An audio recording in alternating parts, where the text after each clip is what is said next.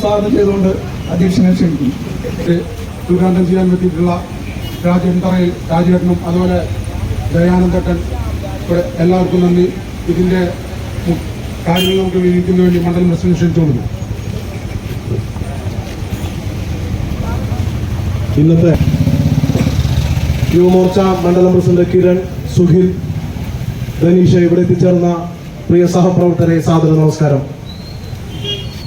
ബിജെപിയുടെ നേതൃത്വത്തില് ഇത്തരത്തിലൊരു പ്രതിഷേധം ഞങ്ങളെ കൊണ്ട് ചെയ്യിപ്പിച്ചതാണ്.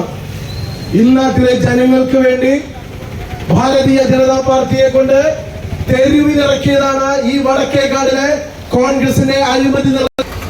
വർഷങ്ങളായിട്ട് ഈ വടക്കേക്കാട് പഞ്ചായത്തില് ഈ ശ്മശാനം എന്നുള്ള ഇവിടുത്തെ ജനങ്ങളുടെ വലിയൊരു ആവശ്യം നാളിതുവരെയായിട്ടും നിറവേറ്റാൻ സാധിക്കാത്ത കഴിവുകെട്ട UDF ഭരിക്കുന്ന ഈ ഭരണകൂടത്തിനെതിരെ ഇന്ന് BJP തെരുവിലിറങ്ങിയിട്ടുണ്ടെങ്കിൽ ഞങ്ങൾ സൂചിപ്പിക്കുന്നു, വടക്കേക്കാട് പഞ്ചായത്തിലെ ശ്മശാനം യാഥാർത്ഥ്യമാകുന്നതുവരെ ഭാരതീയ ജനതാ പാർട്ടി ഈ സമരത്തിൽ നിന്ന് പിന്നോട്ടില്ല.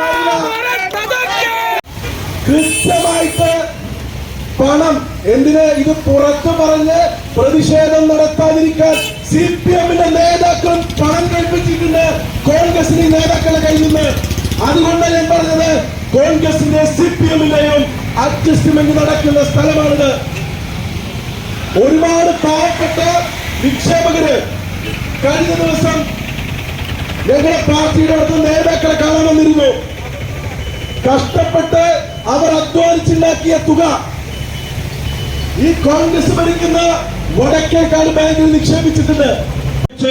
നാനാവിധമാക്കുക എന്നുള്ളത്, ആ നാനാവിധമാക്കിയതിന്റെ പരിണിത ഫലമാണ് കഴിഞ്ഞ 11 വർഷമായി ഈ പാർട്ടി ഉപ്പുവെച്ച കലം പോലെ ഒന്നുമില്ലാത്ത അവസ്ഥയിലേക്ക് എത്തിയത്. അതേ പാർട്ടിക്കാരാണ് ഈ വടക്കേക്കാട് പഞ്ചായത്തും ഭരിക്കുന്നത്.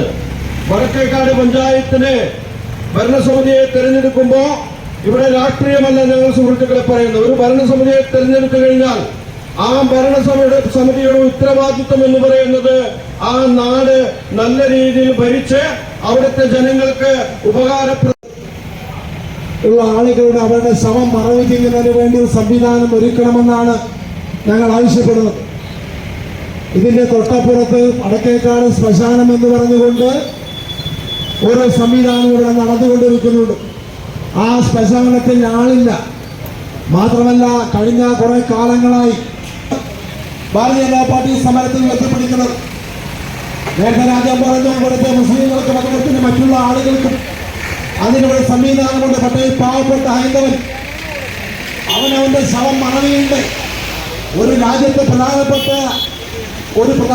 ആവശ്യമാണ് അവന് ശ്വസിക്കാനുള്ള വായു, സഞ്ചരിക്കാനുള്ള സ്വാതന്ത്ര്യം. അവൻ മരണപ്പെട്ടു കഴിഞ്ഞാൽ അത് മാന്യമായി മറവ് ചെയ്യുക. പക്ഷെ അതിലൂടെ നിഷേധിക്കപ്പെടുകയാണ്. ഇപ്പൊ ഈ വടക്കേക്കാട് പഞ്ചായത്ത്